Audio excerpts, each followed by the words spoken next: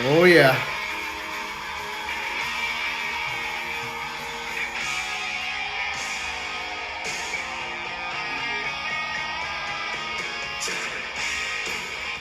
Oh, my gosh. What an intro song today, folks. We got a special, fun episode coming for you today. This is Ball Talk. I believe this is episode 7. I'm here with my co-host, Nick. How we doing today, bud? Doing well, man. Episode 7. Time's flying by.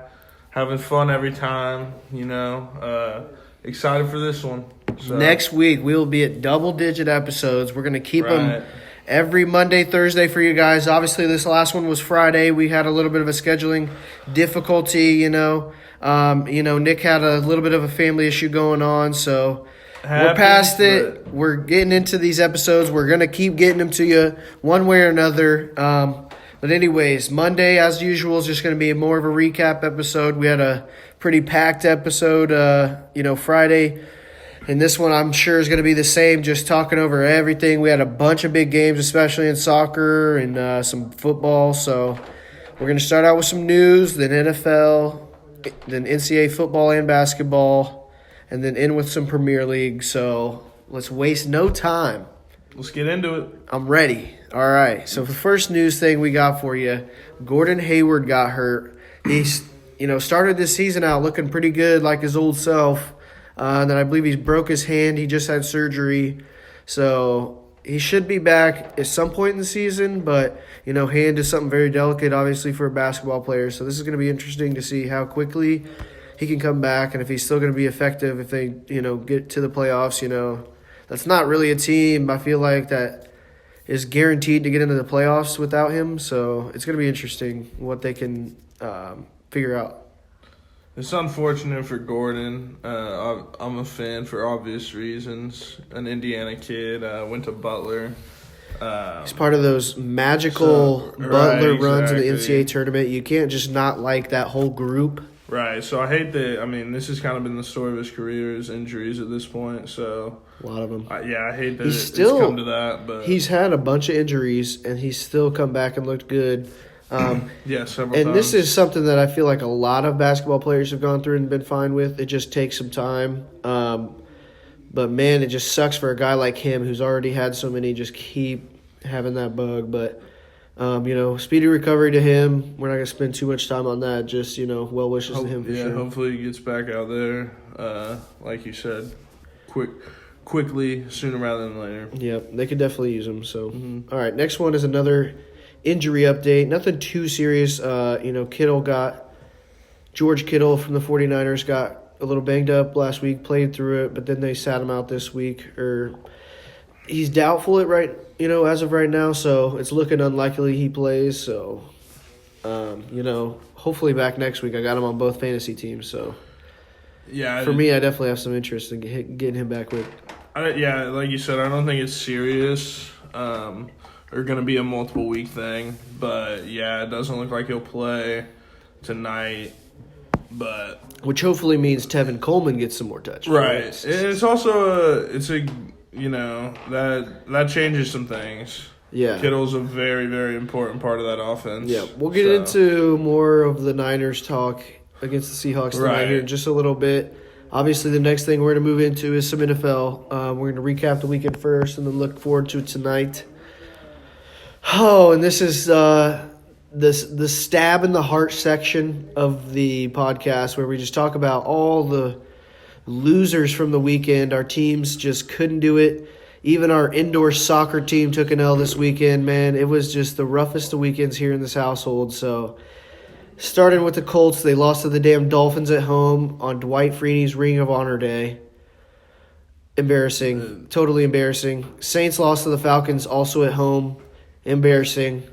The Rams. Both 1-7 teams there. Right. Too. Rams lost to the Steelers. The Steelers were at home, but, Steelers are on a roll right now, too. But either their way, defense is good, but their offense still stinks, and somehow the Rams didn't get Cooper Kupp one catch. So that was bad. Yeah, our roommate Tyler is on suicide watch. So right, we're watching. They're looking like not a playoff team right now. So yeah, but it's he's not doing bleak. well. We might he's have doing well. We might have to do a little bit of a what's it called? Like a playoff preview on the Thursday episode. Yeah. After this Niners-Seahawks game, I want to look at the NFC because that's getting kind of interesting, and you're definitely right saying the Rams are almost out of there. Yeah, they're 5-4 right now. I want to say 5-4. That could be right. Did they already have their bye? I think we're moving into week 11. So. Yeah. Yeah, but dude, yeah, they're not looking great, man. And the Saints have looked great, and then Drew Brees comes back. They lose to the Falcons. Who knows what's going on here? The Packers had a big bad loss last week, so we're seeing a lot of these better teams, and the Chiefs lost to the Titans this week as well. We're just seeing some inconsistencies from some of these better teams. Obviously, the Patriots took an L as well. Obviously, that was the Ravens, and the Ravens look incredible right now. So that's not like a bad loss, but everybody is being checked recently, and it's going to ultimately just make the playoff run a lot more fun, the race, really jostling people around. Hopefully my Colts, after a two-loss skid here, can bounce back. But yeah, it's just getting tighter and tighter in this playoff outlook. I'm not hitting the panic button yet on the Saints. As a Saints fan, definitely not them. I just think every team will have one of these games almost every year where they just don't play well. And that was the case here. And I mean, granted, I think Atlanta probably played their best game of the year. Yeah. I was watching that game and their defense was flying around. Their offense looked really good. Yeah, picking the defense up did a lot better yardage than I expected. What I didn't expect is their run game was actually doing really well against that defensive line of the Saints. And normally they're a little bit better with that. So I don't know if they've got some injuries or something on the defensive end for the Saints or something. But it definitely hasn't been too uncommon recently anyway. So I think it's just midseason. Everybody's trying to get their head on straight again to finish out this last stretch of the year here and start locking up playoff berths and all that. Like it's starting to be every win is needed. A couple teams I am kind of panicking on. I'm sorry to you, but the Colts. Oh, buddy. And the Rams also. We can go Colts first. We'll dive into that rabbit hole. We're not going to talk too much about the Colts because there's not that much to talk about. I mean, I'm just saying. We need to get Brissett back, right? T.Y. Hilton back healthy, and then we'll talk about how good the team actually is. That's the big thing right now, but though. They can't win without T.Y. But defensively, we're still giving up a lot of points to the Dolphins and Steelers, who I don't think have really good offenses. And I think overall – in the AFC, there's just way better teams, and our defense is just going to get shredded by guys like Lamar Jackson. I don't even want to think about facing him in the playoffs. I think at this point, even with those other two guys, I think the playoff hopes of this team is pretty bleak. I think you guys can make it. Right. I think we can make it for sure. Right. I know what you're saying. That would obviously be a good – I'm fine with just doing that. After losing Andrew Luck, I didn't really even expect to make the playoffs, to be honest. And Brissett might turn up and do something heroic. I just don't see a playoff defense run might turn it around. We could win maybe one playoff game, but we hit the Patriots or the Ravens and we're done. I just don't see us beating them. The Ravens but as far as the Rams ridiculous. And the Cowboys I still think will make the playoffs just based on their division. But both of them, I'm not sold on pretty either. much to the point where I don't see either of them. They're in the same boat as the Colts. They might make the playoffs. The Rams, I don't see them making the playoffs. And the Cowboys, I don't see them doing anything in the playoffs if they do. They're not contenders. Same with like the Eagles. Whichever one of those makes that out of that division, it's just too weak, You got a lot of holes, especially on defense. And it's time to, if they can, make some moves, figure out, which guys are lacking and really fix the holes. Absolutely.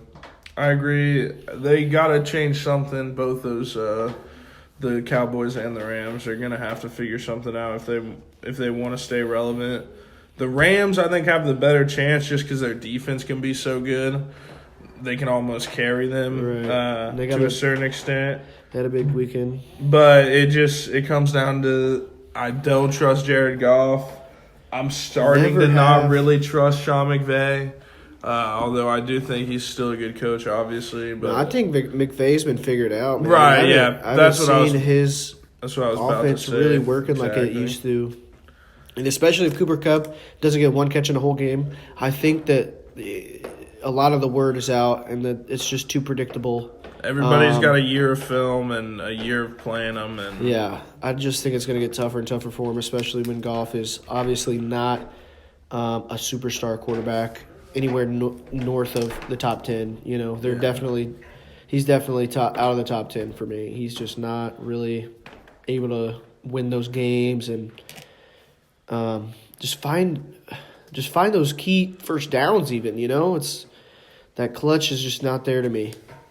Yeah, it's unfortunate because they should, you know, they have weapons and their defense is good, like I keep saying. So I just feel like their offensive line used to really dictate games. Right, and just keep the run game going, and they haven't had the run game as consistent.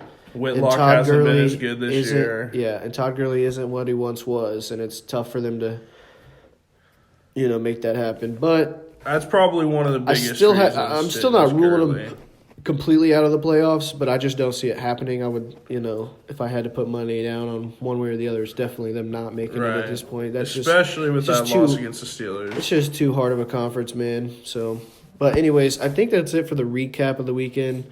A lot of disappointing stuff, but hopefully tonight won't disappoint. The 49ers, Seahawks, that's going to be a great game.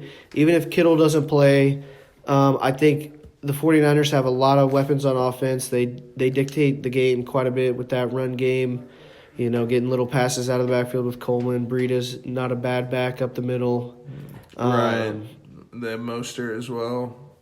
And they just acquired Sanders, not that long, Emmanuel Sanders, right? Yeah. So traded for him. You know, they definitely have some decent players to pass to. They'll be fine offensively, I feel like. It just comes down to, can Russell Wilson match what the 49ers do, and can that 49ers defensive line especially get to him, bring him down early, and change the game? Yeah, he's looked MVP-like this year, so if he keeps playing like he has been, I wouldn't be surprised if the Seahawks can pull this out. Obviously, it's at the Niners. You're going to give them the edge. What have you seen the line? I meant to look it up. I can right now. I can do it right now on my phone. Don't worry about it. Go ahead. Right now. But, yeah, I think this is going to be a really, really tight game. Either way. Can see it going both ways. I think Russell Wilson's definitely 6.5, man. Yeah, no, it's kind of a fat line. I think Seahawks cover. I'm thinking it's going to be within like 3. You know, I hate that line because to some extent a 7-point game it's not just as likely as a 3 or 4 point game, but you know, it's one score. So it could be a really tight game the whole way, and then they just get a last second touchdown that they end up winning by 7, and it screws your bet. Yeah. Like, that's just, you know, it's – and I feel the same way about, like, 3.5. I feel like that's why they always do that in the lines. Yeah. Make it right on the edge of, like, whatever the score is, you know, 7-3. Right. But, yeah, no, I do like them to cover it because I think it'll be close. Okay. I think it comes down to somebody's kicker making the last field goal, one of those games, just because it's a Monday night. That seems to always, you know, really – when it's these close matchups, it just has to be close. Yeah, 6.5. I like the Seahawks, but I still see the Niners winning it, and hopefully, I'm speaking it into existence. Tevin Coleman is getting 14 PPR fantasy points for your boy tonight. Need to clutch it up. I'm tied for the lead right now. I can't fall back, so we're telling Tevin right now, take my energy. You're doing it. Dude, you're a Hoosier. We wouldn't really necessarily get along, but we need need a nice performance because I'm also I think I pretty much have my fantasy matchup locked up, but I also have them on my team. So I mean, a little bit extra points are never going to hurt. Sprinkle it on there, dude. Yeah, so.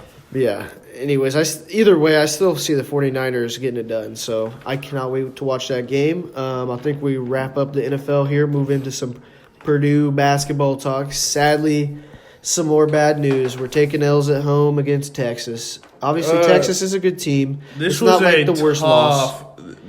I agree. It's November. I don't care about this game. I would have told you a million times I don't care if we would have lost. But having watched that game, I care a little bit, especially because of last year's home record. And it's like this is the first big game at home, but it's the second game of the season. We can't really overreact too much to this. I'm not putting any actual weight in this game or anything, but it was a very, very frustrating loss, to say the least. Right. It came down to the stretch where we just couldn't make a bucket. We were up 5. And we were playing some like really bad defense. I don't know. I think Painter sometimes just doesn't have a hold on the team. They get a little overworked and stuff, and we got to calm them down. But it's a young team, and really, for me, we need to set the expectations a little bit lower because last year we had Carson to lean on, Klein to lean on in those big moments to hit big shots, and we're going to have to find that guy. And, Harms, I thought, did have a couple of good ones, but really it came down to we couldn't get those stops. I mean, in the last, 3 minutes, it seemed like they shot more than 50% and just, kind of cushioned it, and we couldn't catch up even if we wanted. I mean, we were up 5 points with 2 minutes left with the ball, and swing pass out to Aaron Wheeler. He just drops it, goes out of bounds. They end up hitting a 3, putting them down 2, and then it was either the next possession or maybe we missed a basket the next one. Either way, a possession or 2 later, pretty much the exact same thing. A swing pass goes to Eric Hunter. This time he does catch it. He catches it. I think he takes one dribble and he's going to his right, and it just hits the ground, then goes straight off his thigh and out of bounds.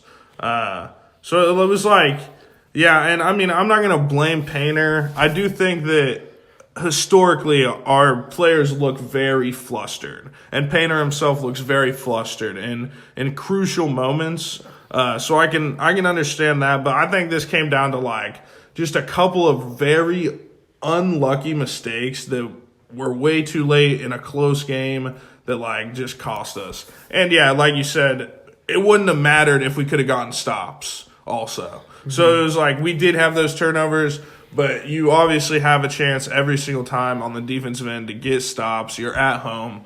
You would hope we win this game, given the situation we're in.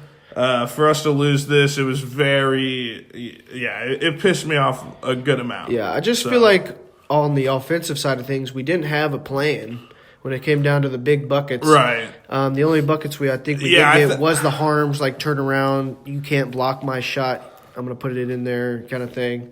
And, I'm fine with working that kind of stuff, but we should also be able to have some shooters that are going to hit those big shots whenever he's getting double teamed down low, kick it out kind of thing. But like I said, I'm not going to overreact to this, and not going to let it get the mood down because we got a new segment today, Nick. Yeah. How hyped are you? I do want to say before we get to that real quick, Purdue, it's very early, and I don't think Painter really has this team figured out. So when you say, we didn't look like we had a plan going into the big shots, I just don't think Painter knows, which guy he's going to go to in that moment. Yeah. So without Carson Edwards, let's be honest. Yeah, once we play a little bit and he can see, who he thinks his guys are, what plays are, work, over 70% of the time. I feel like we always have a backdoor cut or something that can get us a basket when we need it. We should be able to set some sort of pick, double screen, something for Matt Harms. We have a 7-2. Yeah, we have the ball in at least to him. And then from there, either he gets the bucket or, like I said, kickouts for him. Kickouts for the shooters. Should always be there. Yeah. The shooters. And that's going to be the name of our game. Give Painter some time to figure this team out, and I think we'll be fine. It's just a lot of new pieces to the starting lineup. And just overall, the team, it just the chemistry's a little weird. I don't think we have necessarily as hot a shooting, so we're gonna have to figure out some ways to cut inside and really work the in and out game. Yeah, I think Proctor brings a good like slasher role. I like his style of basketball, and I think for sure he's gonna be good for us. Yeah. Let's move on. We got the new segment. Let it be known. We're coming up with new ideas for you guys almost every week. We're just trying to freshen it up, keep something fun for you guys. Nick, you want to let them in on the secret here? Right. This one was, we were just kind of watching a college basketball game, and somebody had a super funny name or something, like unique. We can't even remember what team it was or anything. But we got to thinking, like, we should do starting five and a couple honorable mentions for the Big Ten as far as best names in the conference. So we got some real good ones for you. Yeah. These are good, and we'll have a little conversation about each one. But starting at point guard, I didn't even write the Boo Buie. Yeah, Boo Buie or Boo Buie.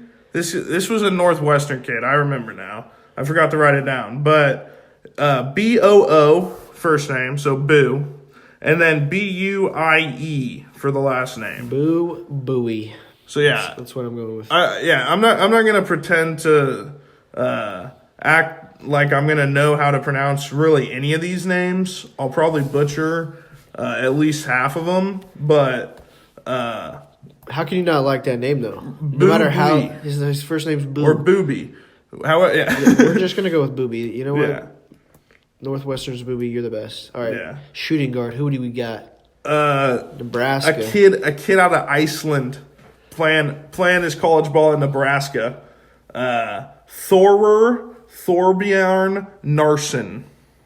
There's no way that's right. I'm not even attempt to say that. Right. There's no way that's right. But you can look at their roster and see it in writing and make your own judgments. Yeah. But Thorbjorn Narsson. It's wonderful. That's a good one. And Icelandic. Yeah, that might be our best one. But we got three more in the starting lineup for you guys. Right. What else you got, Nick? Forward from Ohio State, Harrison Hookfin. Hookfin.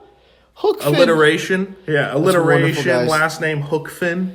I don't think there's a conference with better names. We're just landing them out here for you. I really like that one. Yeah, and as much as I hate Ohio State, I really like that one. Hookfin. Yep. Hookfin. Right.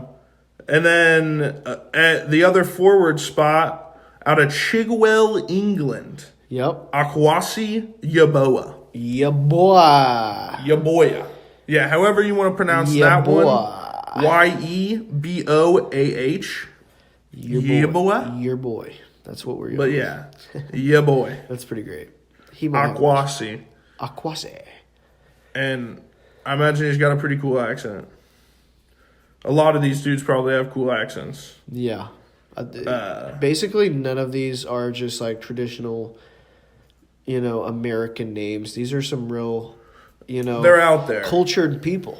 And I like it. And they've got some sweet names. What's our final guy? Who's our big man? 7'2" center. Oof. He plays his college ball in Maryland for the Terps. He's from South Sudan.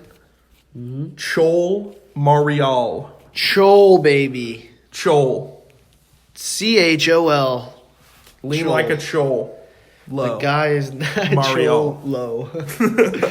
No, that's good, though. Yeah, that's a good starting lineup. I mean... Yeah, just you can't find better names. I'm gonna run back through the first names here. We got Boo.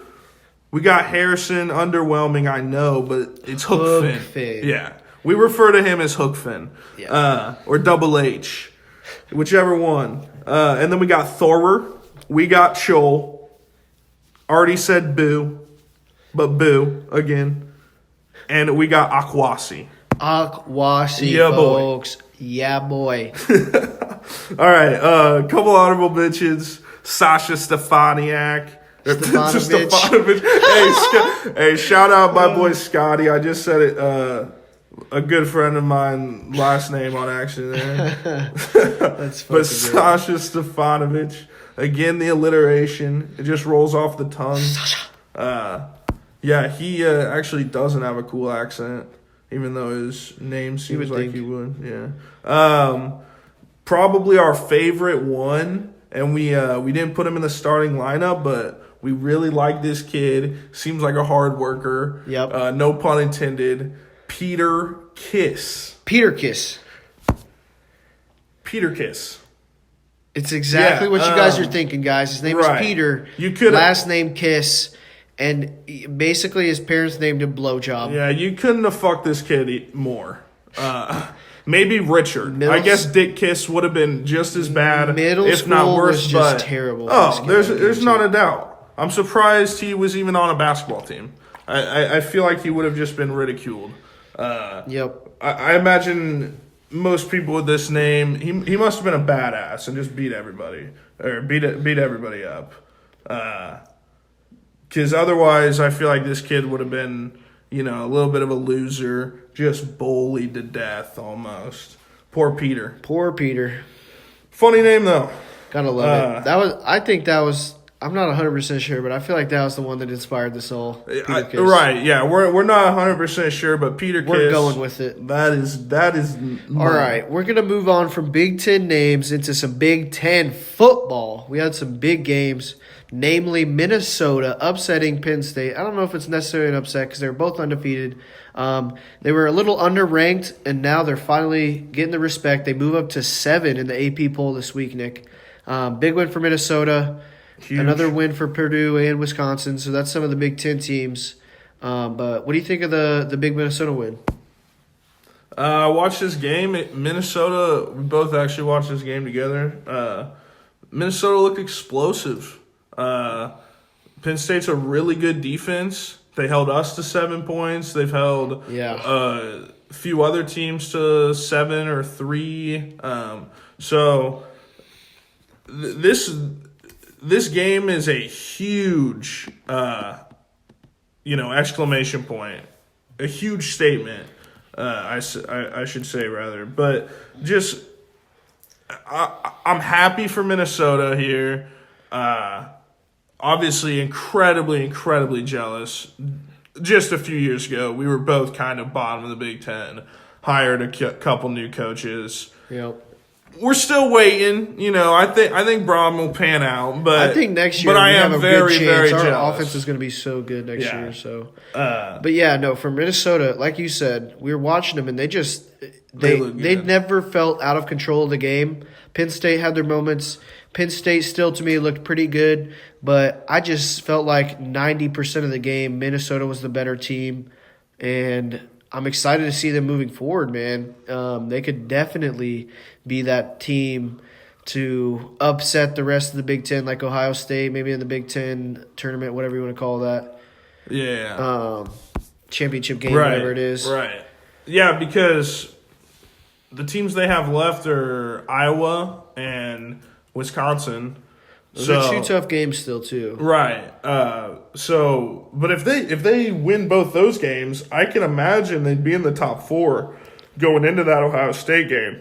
Right. Undefeated coming out of the Big Ten. They pick up 3 very key wins. One huge one against Penn State. That's going to be, obviously you already said they moved up to 7. We'll see where they're at in the college football playoff rankings. I think those come out like midweek. Right. Wednesday or so. So we'll see where they stand there. But, yeah, they have potential to go into this Ohio State game in the top 4 and Ohio State at like 1 or 2. Unless LSU loses, I don't see them slipping out of that. No, right. Number 1 right now. They just went up because of the Alabama win. But a little hypothetical for you. If Minnesota beats Ohio State, but that's Ohio State's only loss, do they both make it into the playoff? I don't know. It's going to be tough to get 2 teams from the same conference in, especially when a team like Alabama might only have 1 loss as well. So I would not want to be on the playoff committee this year Because it's for looking the like it's SEC going to come title down. game though. It's LSU and Alabama on the same side, right? So Alabama's probably already out. In a way, yeah. But from that, if they only had one loss and they end up just sitting on the outside looking in during that conference championship game, LSU ends up winning it. So then the others, like, I don't know. There's just it's going to be so crazy. It's going to be crazy at the top. Yeah. Because there's a chance that Penn State only has one loss. Yeah, so we're kind of dancing around it. The other big game from the football this weekend, LSU beat Alabama. Right. And, a really, really good game. I thought both teams played pretty well. But LSU kind of just had the bigger moments, the, better game plan, I thought, especially on offense. And Alabama just couldn't really slow them down for much of that game at all. It was very offensive. It seems like a distant memory now with these teams being always a 6-9 game or a 12-7 game or whatever. These teams have some offense now, especially LSU. They looked really, really good. It was a bit of a blowout for a little bit.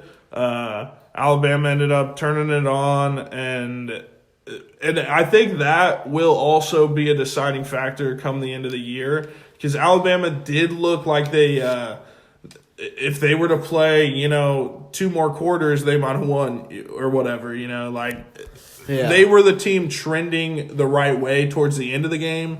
Obviously, they couldn't get it done. LSU deserves all the credit in the world going into Alabama, knocking off the... Too little, too late kind of thing. Right. And, it still provided a really dramatic, fun game. It delivered. And like you said... I can still see Alabama making it with this loss. But just the way that SEC is working out right now, I don't know that they're gonna.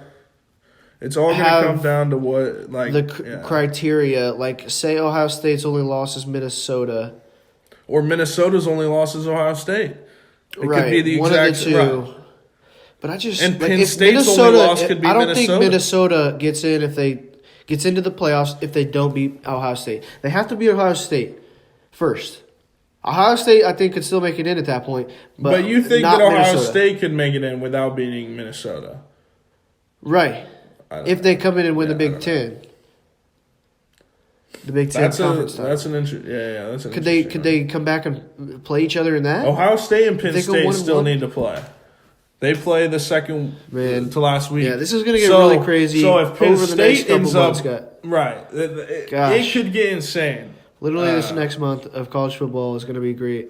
Yeah, it's going to be crazy, and there's a lot of really good teams. And this is even more. I like this year because gun or ammo for the argument of fucking expanded to an 8-team playoff. Yeah, I think this year is the perfect example of that because recently we've had like Clemson and Alabama, teams like that are too good for the rest of the pack, and it's just like, let's just have a title game. Like, we know who the 2 best teams are. Right now we don't. Ohio State needs to get playing these other better teams.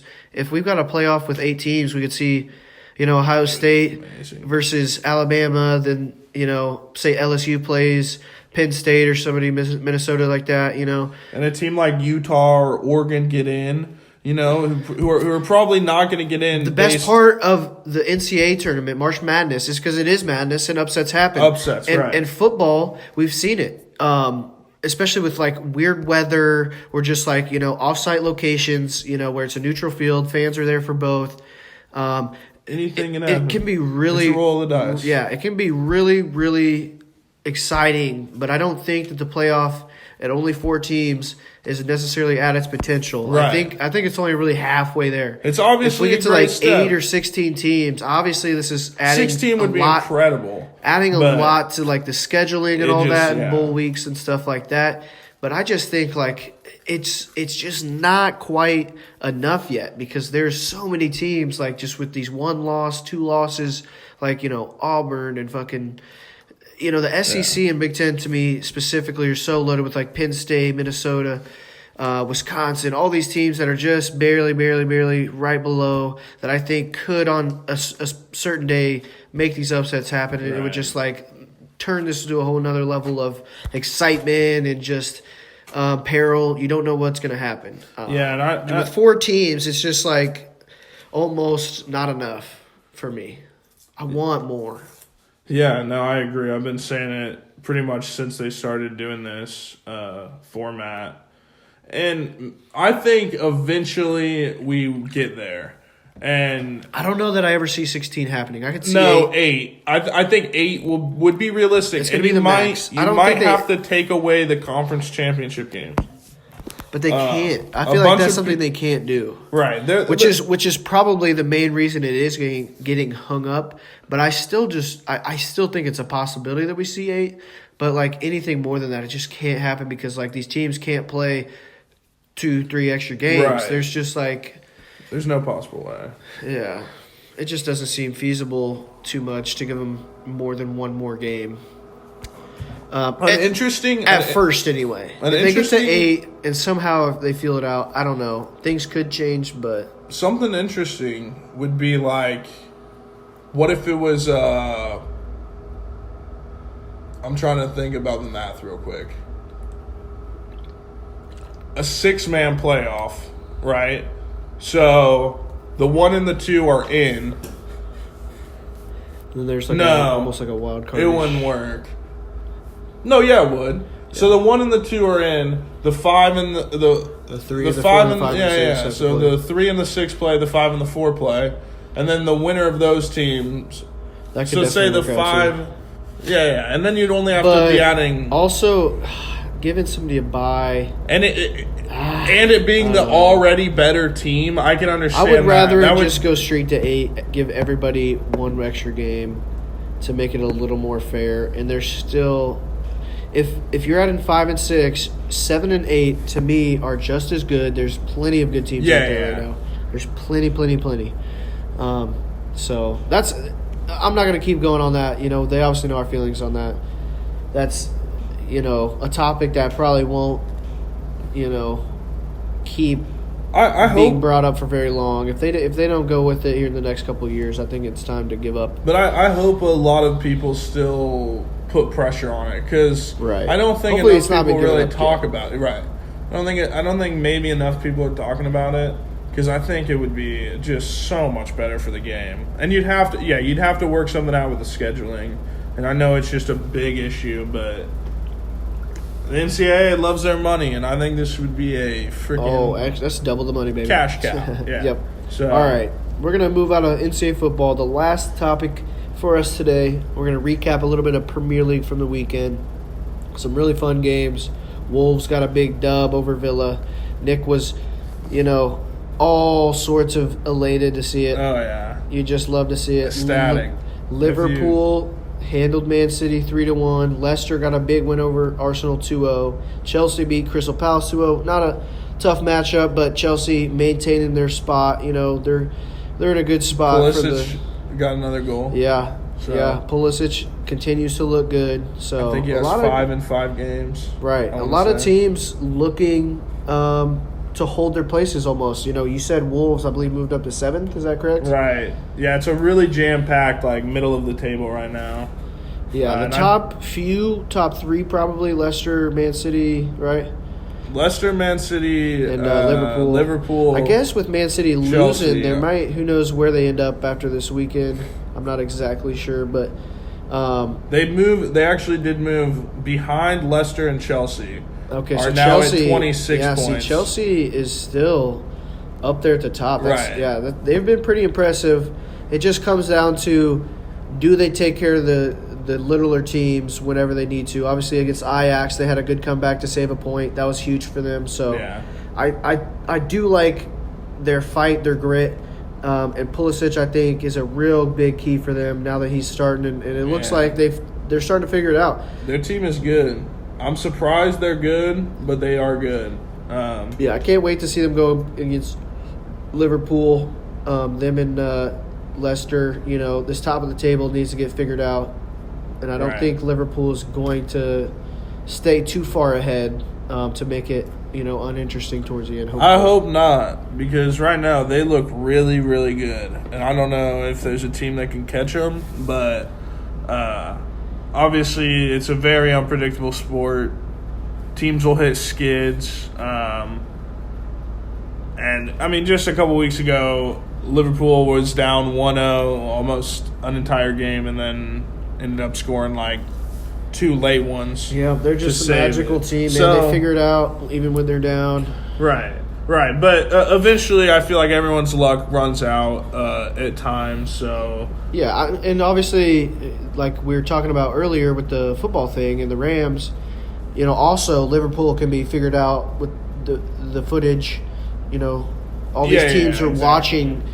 Every single team wants to be the team to beat Liverpool, so they're all watching, paying attention, trying to figure out the ways that they can attack or defend Liverpool to figure out how to slow them down. So eventually teams will start taking points off of them and helping out these other teams that are a little bit lower. And for teams like Wolves, obviously that top 3 is looking a little bit far away, but the top 6 is like real doable for some of the middle of the table right now. Teams like Arsenal, Real Madrid, some of these – or not Real Madrid, sorry. But you know what I'm saying? Like some of those bottom 6, top 10 right. It's looking – Tottenham is down. It's looking low close right now. Man United is – right, Man United is not great. Yeah, it definitely looks like doable. Wolves can get back into the top 6 and return to some European football again. Especially that offense, man. The Wolves are so much fun to watch, I will say. Yeah, their next squad, I don't really have a squad, I don't think, right now, but I just love watching, teams that can pressure and get shots up. And Wolves just have so much pace when they really get to pressuring and keeping the ball in their enemy's half, and it's fun to watch. Yeah, Traore is one of those guys that just doesn't stop attacking, and he's so fast. He's really got to wear on teams, and you see it a lot of times in the second half, them really just wear teams down. Yeah, this was probably our best, maybe not our best performance of the year because we did beat Man City 2-0. Yeah, that's got to be the one. Yeah, but outside of that, I mean, this was a really, really good performance by us. There was probably 10 minutes towards the end of the game where they looked like they were maybe going to get an equalizer. You guys have felt like almost let off the gas, and we're just kind of, you were winning, so it's like a lot of times, especially for teams like the Wolves who are normally doing the opposite, being the ones trying to press late. Right. They're not really used to being attacked late, and when you're tired, mistakes definitely happen. They let one slip, but they got the W, and that's really all that matters. Giving yourself that 2 goal cushions crucial. And yeah, this is definitely one of those performances when the first 70-ish minutes, you guys looked about as good as you have been all year for sure. Yeah, I thought that Raul, the second goal was incredibly clutch. Just because it was kind of against the run of play. We didn't really have momentum. We weren't playing great. Yeah. We were on the back foot. And then we get that goal, and it's like all the anxiety just melted away. And, I think that's probably why we ended up giving up one is because we were so relaxed. Just knowing, we would have to really fuck this up.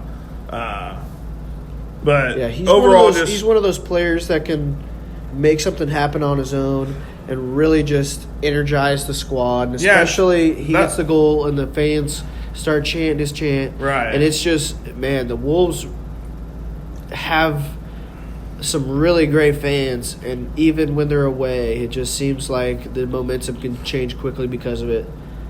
Yeah, that second goal was Traore again, like we're saying, it's just he does the same thing almost every time.